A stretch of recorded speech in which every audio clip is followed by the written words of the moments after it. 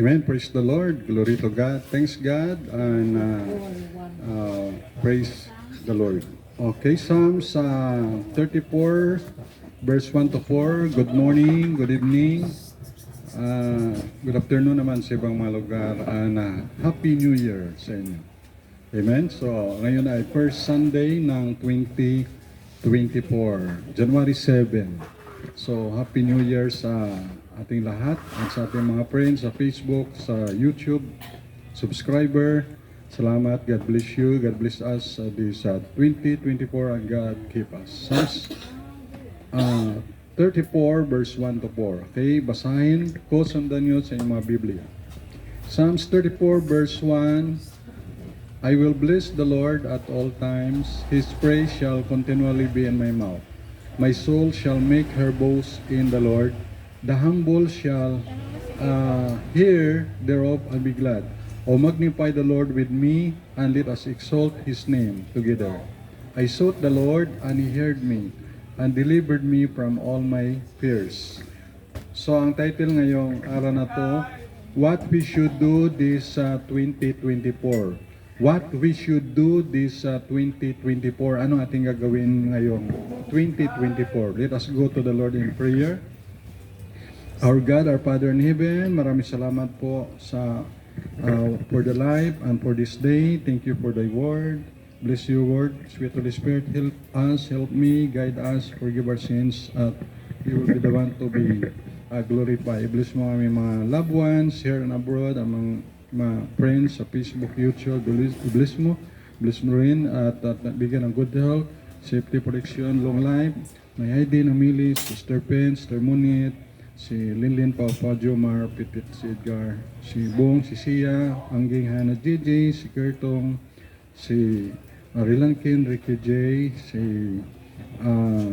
Caitlin, maging si Crystal, at yung people, wala dito. We pray rin, Panginoon, may si Dino, nila G.E. Dinbredro, healing rin. At yung mga hindi ko nabanggit, mga pastor, evangelist, missionary all over the world, OFW, bless mo, Panginoon, aming mga loved ones, aming mga friends, bless mo. And kayo po mag-ingat and bless your word today. Forgive our sins. In Jesus Christ's name. Amen. What we should do this 2024. Kaya dito sa verse 1, sabi dito ng Psalm of David, I will bless the Lord at all times. His praise shall continually be in my mouth. Tandaan natin, may obligasyon tayo sa Diyos. Kaya mga bata, makinig kayo, no? Okay. Tandaan natin, mayroon tayong obligasyon sa Diyos at sa ating kapwa. Mayroon tayong obligasyon. Ito man ay vertical. Pag sinabing vertical, paakyat toward God. At yung horizontal ay toward sa ating kapwa tao.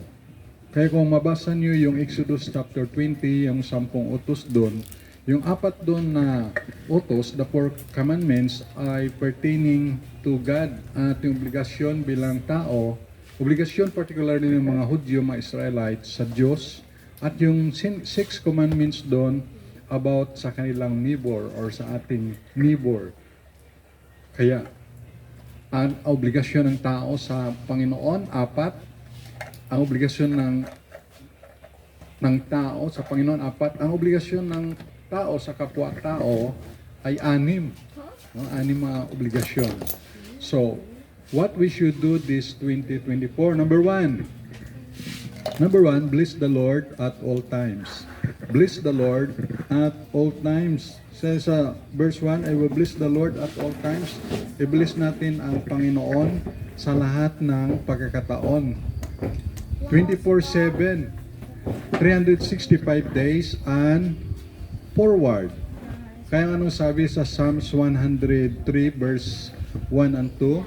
Psalms 103 verse 1 and 2, memorize nyo yun. Psalms 103 verse 1 and 2, nasabi doon ay verse 1, Psalms 103, bless the Lord, O my soul, and all that is within me. Bless His holy name. Bless the Lord, O my soul, and forget not all His benefits. I-bless mo yung Panginoon at huwag kalimutan yung kanyang mga benepisyo. Usually, we say, God bless you, di ba? Yan ang sinasabi, God bless you, God keeps you, means God's favor be upon you. You know, pag sabi mo, pag binati ka ng God bless you, anong reply mo? God bless you too. Ibig sabihin, God's favor be upon you. Yan ang maganda. Kaya mas maganda nga, i-bless mo yung people kaysa i-curse mo, no? Masaklap kung isumpa mo yung tao, ay pangit naman yun. Dapat yung labi natin ay gamitin to bless people. Bless them that persecute you. O kung may nag-persecute nga sa iyo, sa akin, sabi ng Lord Jesus, I bless them that persecute you. Kaya we say God bless you means favor be upon you spiritually, ito man ay physically, ito man ay emotionally, ito man ay in skills, ito man ay sa family, loved ones, church family, friends, ating work, source of income, financial, etc. Marami kayong blessing mga bata na karaang Christmas. May mga regalo kayo, kahit yung mga nanay, namili ni Heidi. May mga blessing, may kwintas, may cellphone. O, di ba? O, nakakawawa naman yung balita kanina, no? Na yung 49 years old na may tindahan ay pinatay ng dalawang lalaki. Sinaksak, no? Kawawa naman dun sa New Boswang. Kasi di pa matukoy kung robbery o nanlaban kasi. Eh, kung hold up, ibigay mo na lang yung pera mo. Kasi ang pera ay makikita pa yun, pero ang buhay ay hindi na yan maibabalik. So, ganun talaga, no? Kaya malaga rin yan may CCTV, walang CCTV kasi. So, another challenge naman yan kay Kuya Ricky. Meron din sa ibang lugar at kay yung deputy na, si deputy ni Kuya Ricky. Yung si Major Juan. Oh, nakalimutan ko. Yan. So, kaya sa ating buhay ay kailangan natin yung Panginoon. At siyempre may mga tao kasi hindi nakabasa ng Bible, hindi kapaginig ng Bible, kaya nakagawa ng mga krimen. Kaya minsan kailangan nila makapakinig ng Word of God. So kailangan ng mga soul winner. Kaya konti lang kasi yung nangaroon ng salita ng Diyos. Kaya this time, we will bless the Lord. We will bless the Lord. We give favor to the Lord. Favoring God above all. So tayo naman ang mag-bless sa Panginoon. Tayo naman ang magbigay priority sa Diyos. Kaya God first. Siyempre, pag hindi na yung kapitan o si DSWD, hindi sila Christian na tunay, talagang kukunin nila yung linggo para magtrabaho. Nadamay tuloy si Sister Pindy tuloy nakapanimbaon kay for peace kailangan ang requirement, ang picture i-comply. Pero kung ang Sunday is for the Lord, no? Siyempre kung ang kapitan o ang DSWD na in charge sa sang bayan ay hindi sa Panginoon na tunay na manampalataya, ay wala sa kanila yan. Kasi kailangan i-comply nila ang panang gobyerno. Siyempre kung believer, siyempre dapat hindi pwede na Sunday makikumpetensya sa Panginoon. Pwede man magtrabaho ka Sunday basta tapos na ang pan mo sa Panginoon, tapos na obligasyon sa Panginoon. Imagine, binigyan tayo ng Panginoon ng 6 na araw, Monday to Saturday, tapos pati Sunday, kukunin pa natin sa Panginoon. At hindi nga, dapat Sundays for the Lord, ibig sabihin na Sunday ay whole day yan, 24 hours yan. Ilang oras na naman ginugol natin? Mahigit 2 oras lang. Ay 24 hours ang one day, di ba? Pero importante ay priority natin ang Diyos. Kaya i-bless natin ang Diyos. God first. God is the number one. In suffering, in hunger, in want, in abundance, in any situation and circumstances. Our mouth should continually praise the Lord, praising the Lord. Kaya sa verse 1, I will bless the Lord at all times. His praise shall continually be in my mouth. Yan ang sabi ni David, ang psalmist.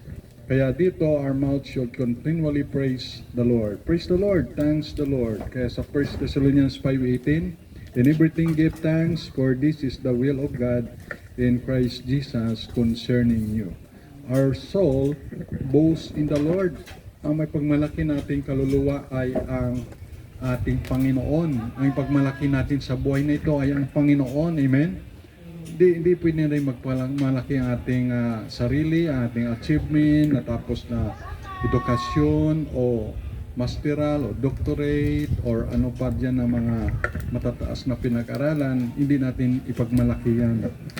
Kahit yung mga rangko, kahit yung title sa tao, doctor, architect, accountant, CPA, engineer, lieutenant colonel, general, 5-star general, president, wala yan, kung lang naman yan, temporary pa lang naman yan.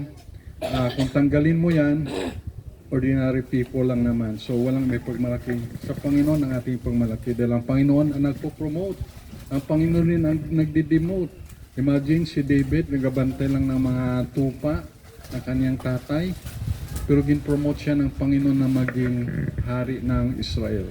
Si Joseph na nasa bilangguan, gin-promote ng Panginoon, ginawang prime minister, pangalawa sa hari sa Egypt.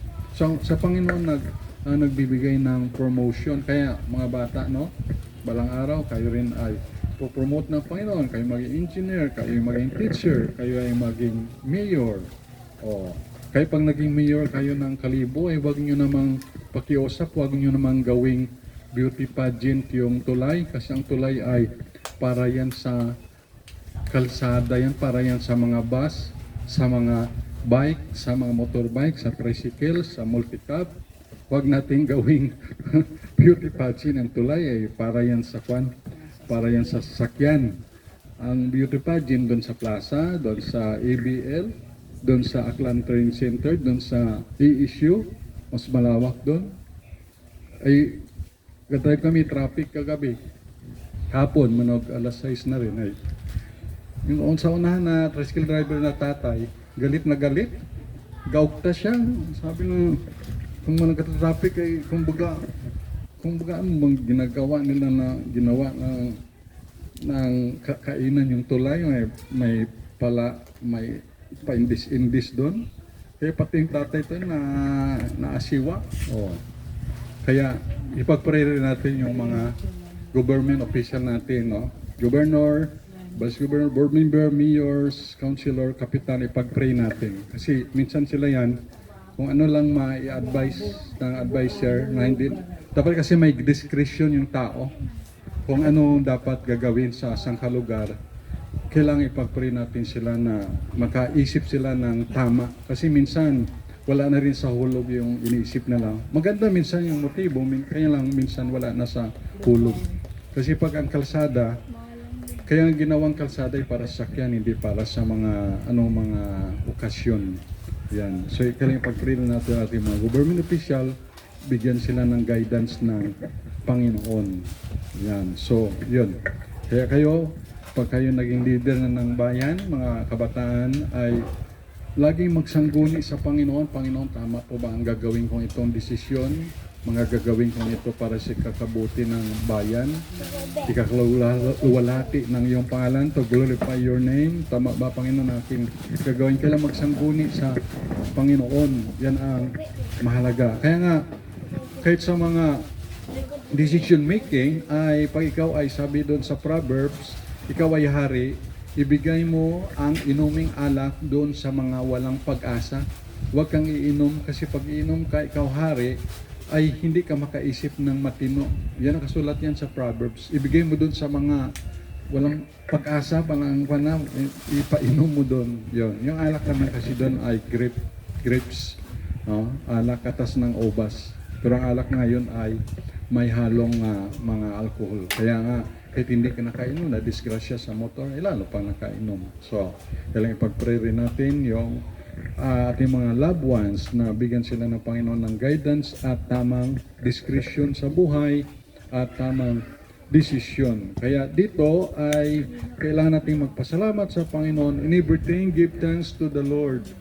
For this is the will of God in Christ Jesus concerning you. At wala tayong magpagmalaki sa ating sarili, kundi ang Panginoon lang. Our soul boasts in the Lord.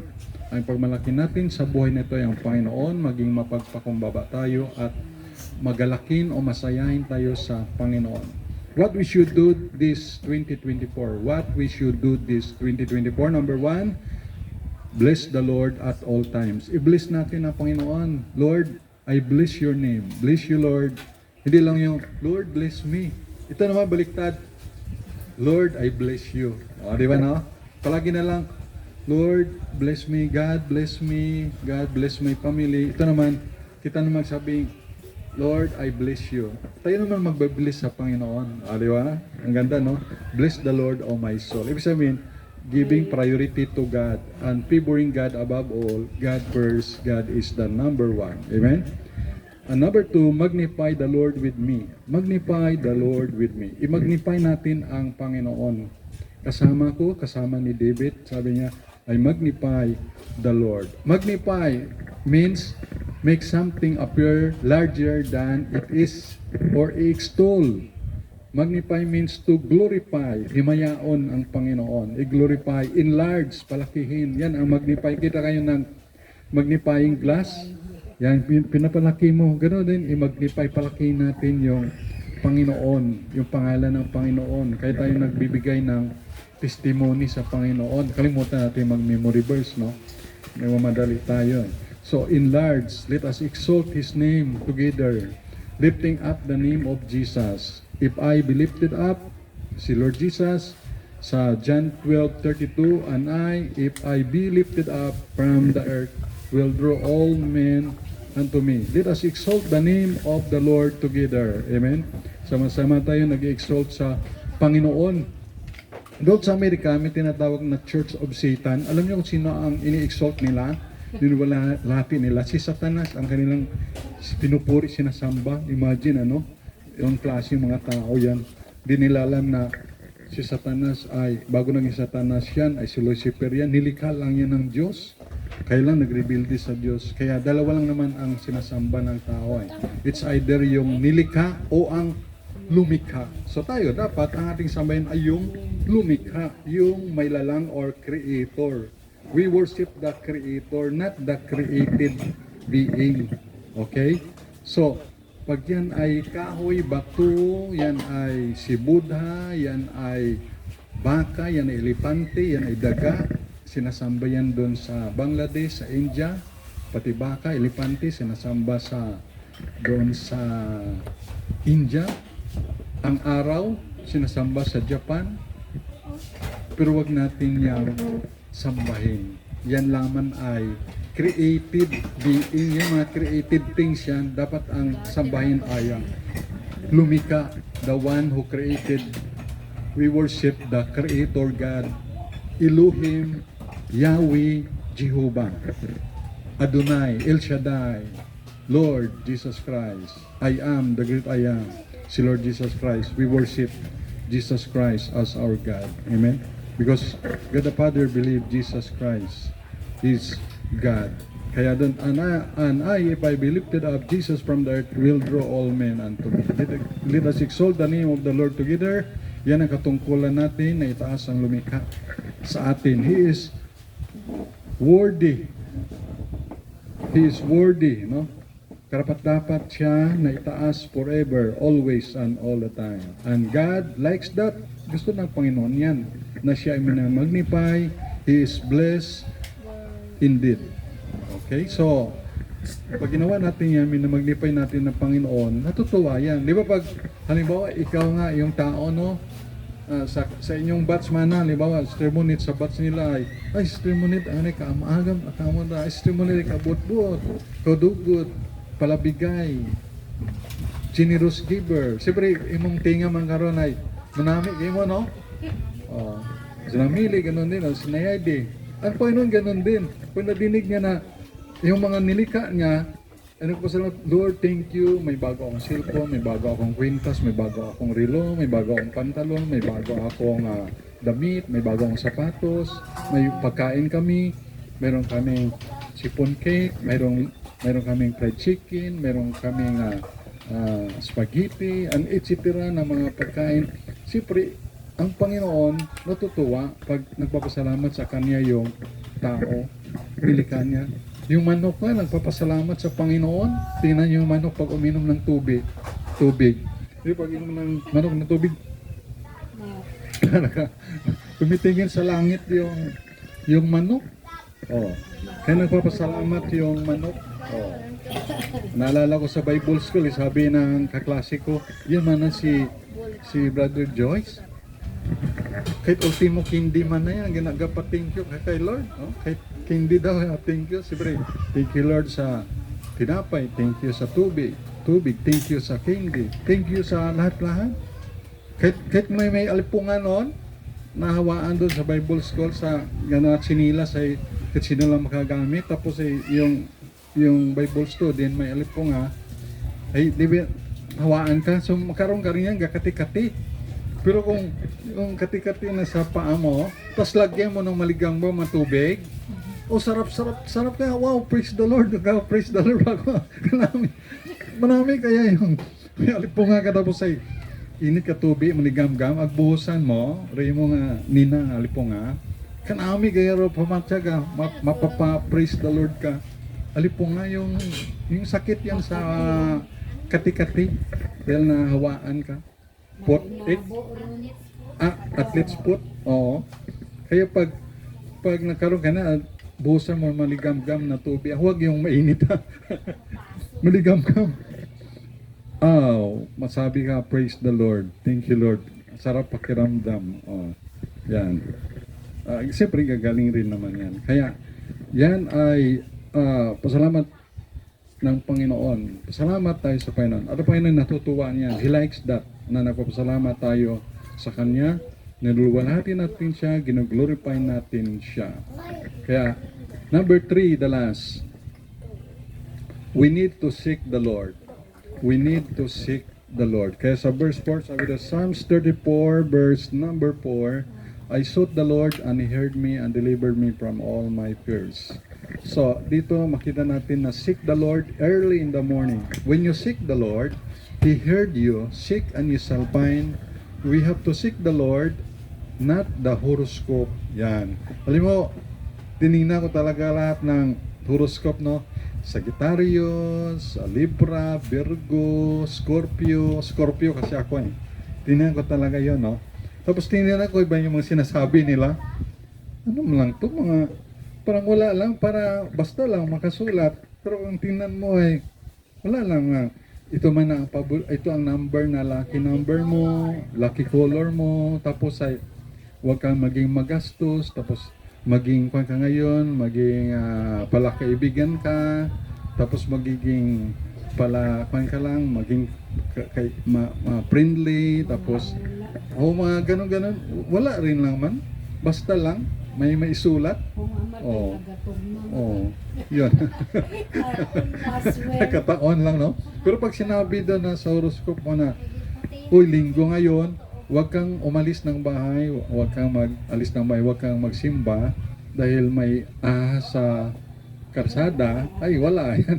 Kaya, siyempre, ay hindi ako lalabas ng bahay, hindi yun sa Panginoon. Ibig sabihin na hindi tama yung pinagsusulat. Kasi, linggo, siyempre, lalabas ka na bahay sa simba. At saka yung palm reader, no? Palm reader. Babasahin yung palad. Yan. Hindi tayo nagabase dito.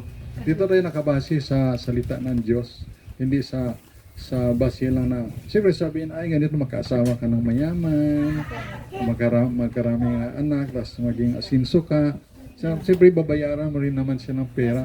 Yan. Siyempre, salita ng Diyos na lang.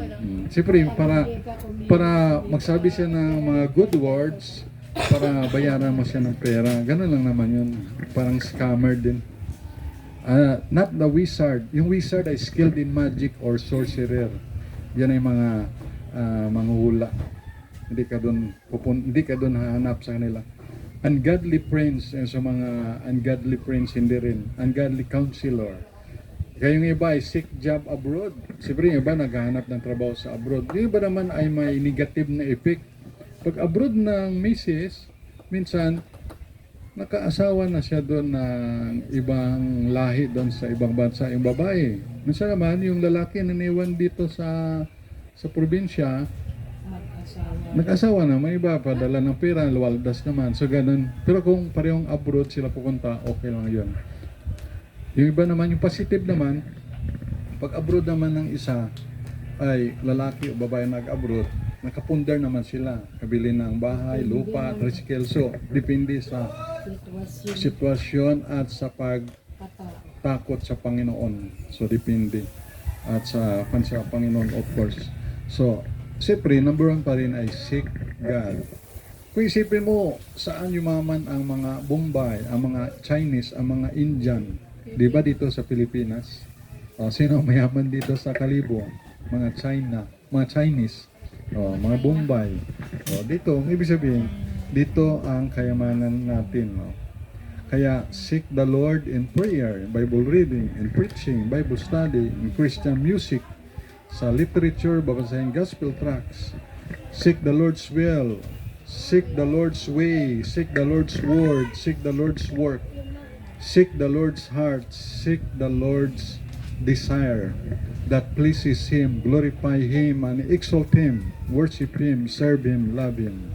Kaya tayo collaborates with Him, collaborates with God. And surely God will deliver us from all our fears. Like David sa verse 4, and delivered me from all my fears. Fears of enemies, fears of hurting Absalom na kanyang anak dahil nag-rebelde sa kanya, fears of the wrath of God dahil sa kanyang mga kasalanan na gawa.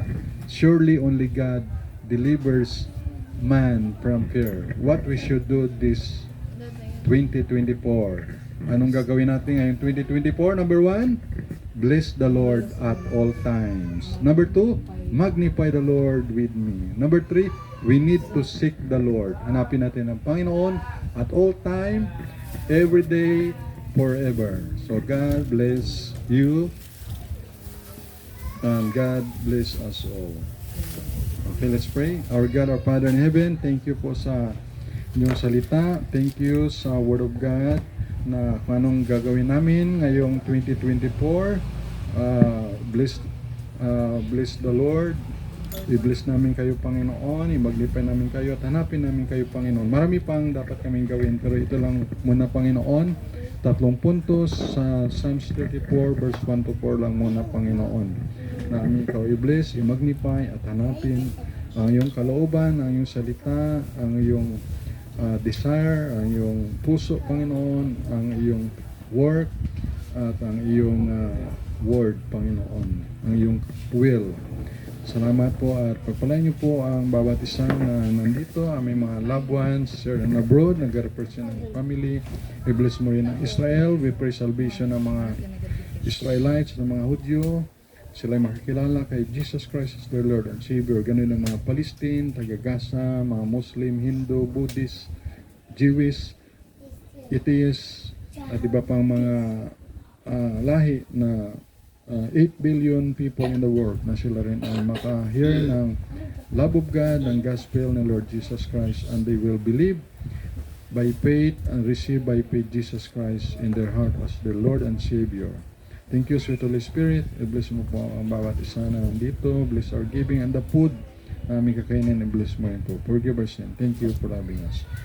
In Jesus Christ's name we pray. Amen. Amen. Thank you. God bless. Bye-bye.